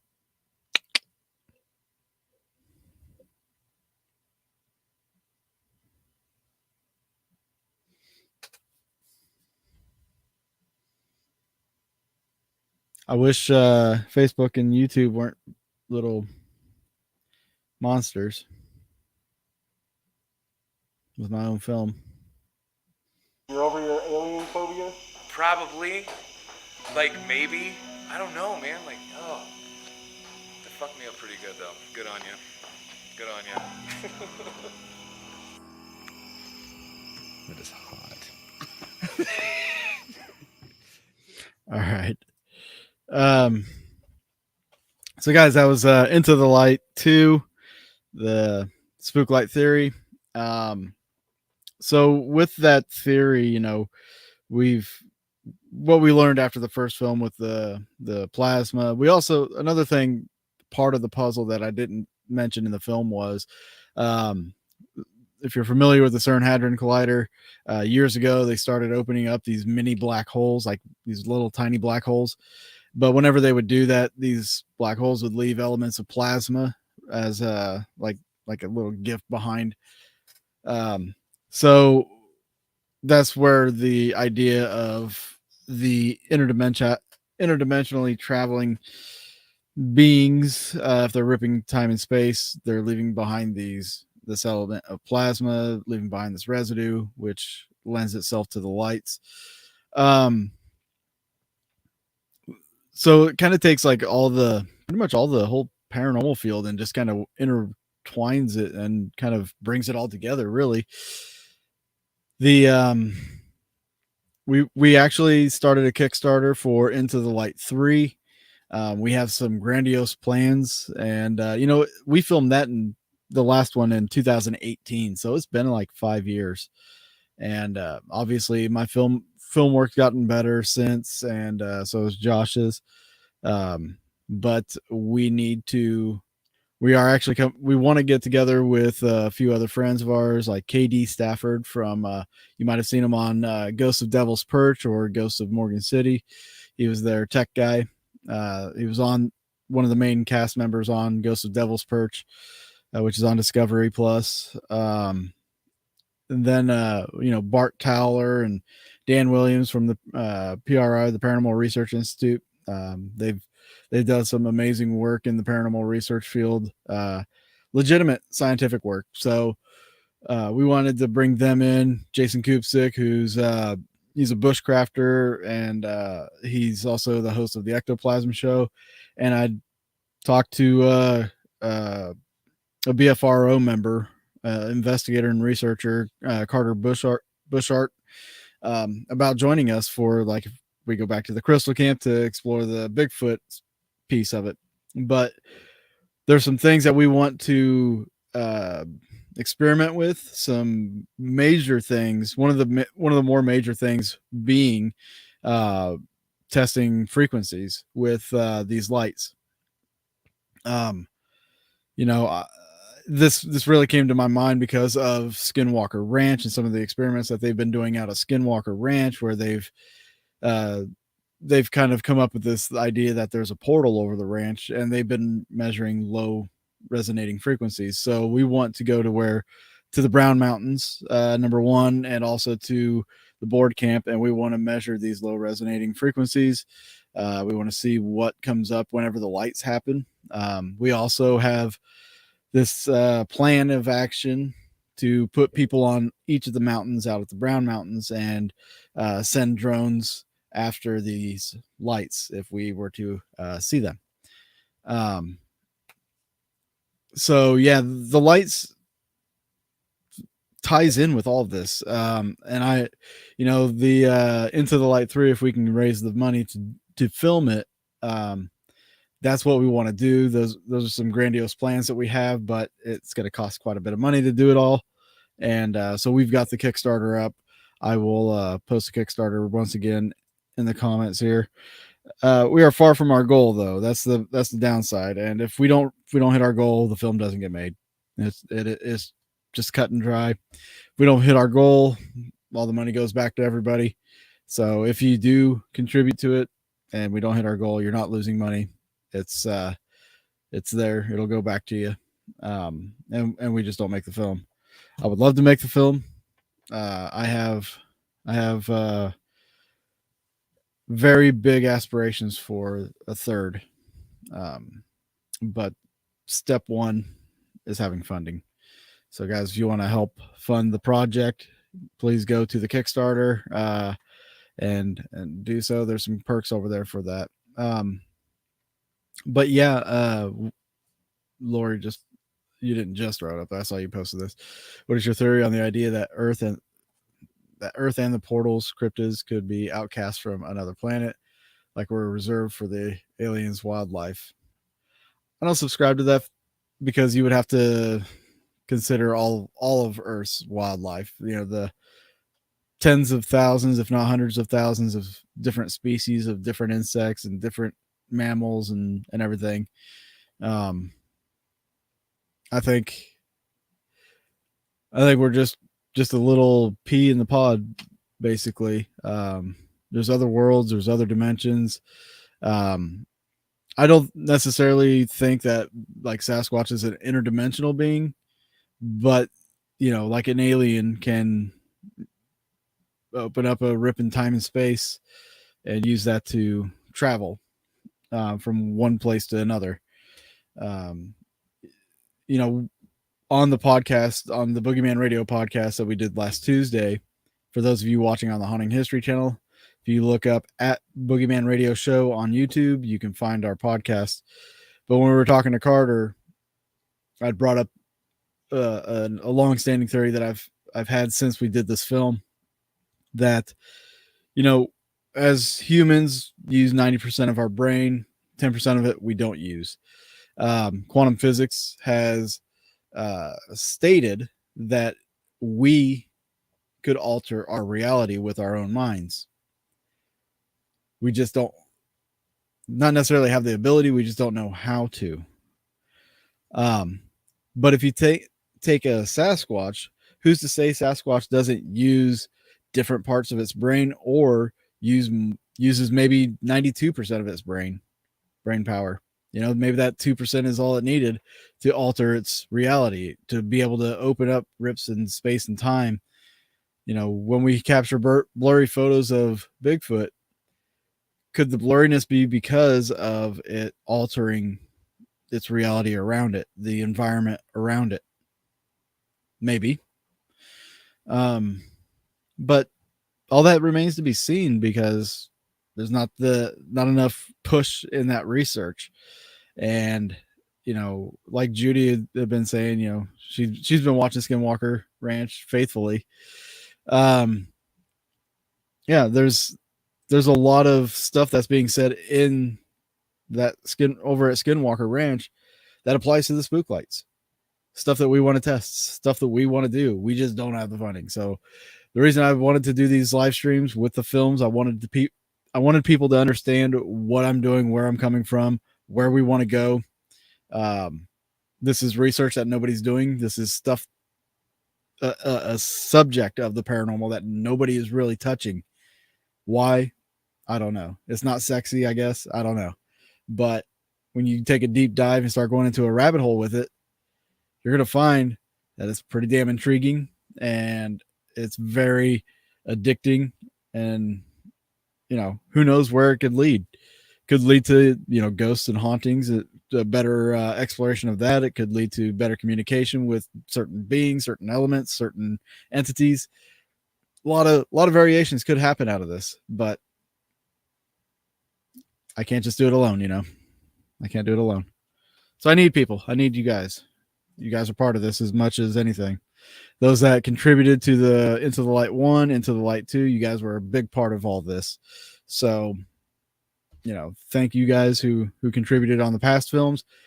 If you do contribute on the Kickstarter, we got a long way. Like I said, I think we got like 20 days left to hit our goal. I've never been on TV. I'm not, a big celebrity or anything. None of us are really big celebrities. I mean, like I said, Katie's been on Travel Channel and Discovery and on a couple shows and worked on a couple shows. But outside of that, Josh has been on 2 shows. And yeah, so like, we're not big celebrities, but we have great theories, great experiments. And we do things the right way, or we try to. So trust us, help us get to our goal, and you guys will not be disappointed with the Into the Light 3. Those that do contribute to it, we do have perks. If you don't want a perk, you don't have to get a perk. But yeah, it would be amazing. And we would actually start filming it this year if we hit our goal. I think our plan is to film in August and September, and then possibly have it out by February. So those are our goals, our timeline. Yeah, be pretty awesome. If anybody's got any questions about the film, about the films, or any of the theories, the stuff that we talked about, I'll give you a couple seconds about a minute to throw your questions up there if you like.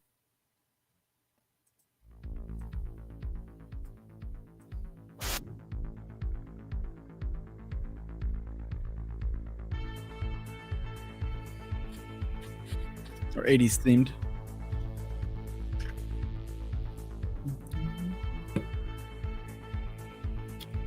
By the way, we're not sponsored by Milo's. Should be.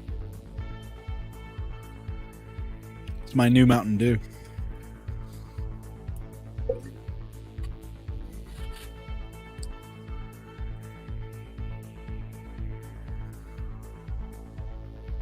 Okay, so no questions. All right, guys, link to the there's Lori's got a question. You need to put the Kickstarter link in the Facebook chat. How long were you guys in that part of the woods doing the squatching? So we stayed there for 2 nights. The property is over 60 acres. The first night We went out. We were out by ourselves until about 2:30, and then we got back to our campsite at about 2:30. Started to go to sleep, and that's what I was talking about with Carter. Was one. You guys should be able to hear me over the music. If not, I'll turn it down. So at about 2:30, we got back to the campsite. What I was talking with Carter was what woke me up initially was some knockings and hearing this weird talking. To me, it sounded like a really bad Japanese horror film or Japanese film. Yeah, with mixed in with caveman grunts. Like, it was weird. And then as I started filming on my camera, filming myself, I had a flashlight on. I think that flashlight coming on kind of notified them that I was awake, but they started doing the hand claps.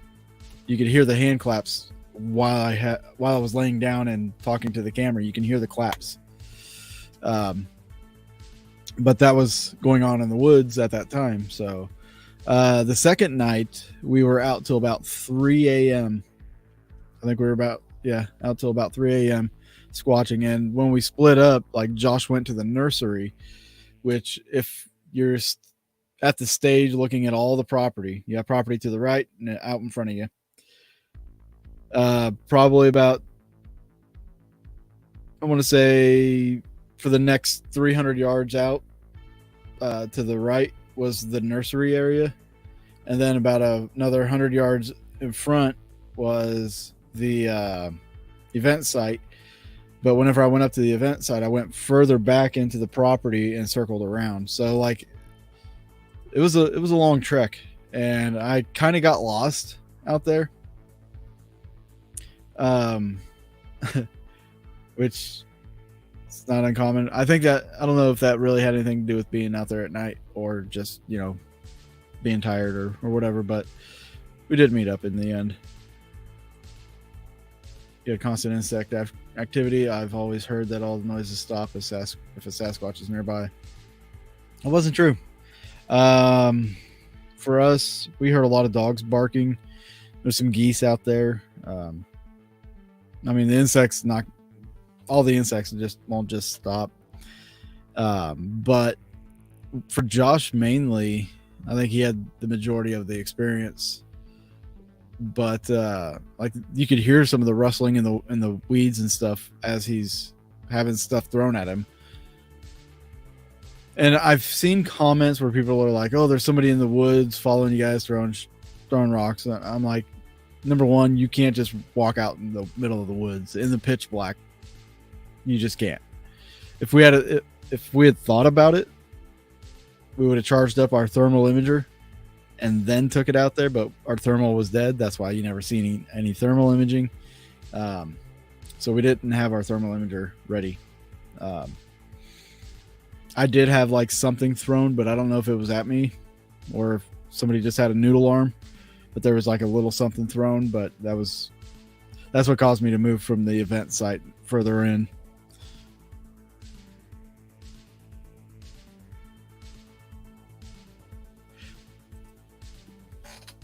Yes, that's just something to do it builds suspense that way too. So like, if you have all this noise and all of a sudden it stops, something's about to happen. So that's why they do that. You can't really cancel out the cicadas, even with lapel mics. But guys, I'm gonna jump off here. Been on for 2 hours now. Again, if you like the films, you liked what we're doing, and you want to see us continue on this path, you want to see what we do next, this is the time, this is the chance. We got to raise some money to do it. Share this video out there. Share everything. The more you share it, the more people see it. So also share the Kickstarter if you would. And yeah, if we get there, we get there. If we don't, we don't.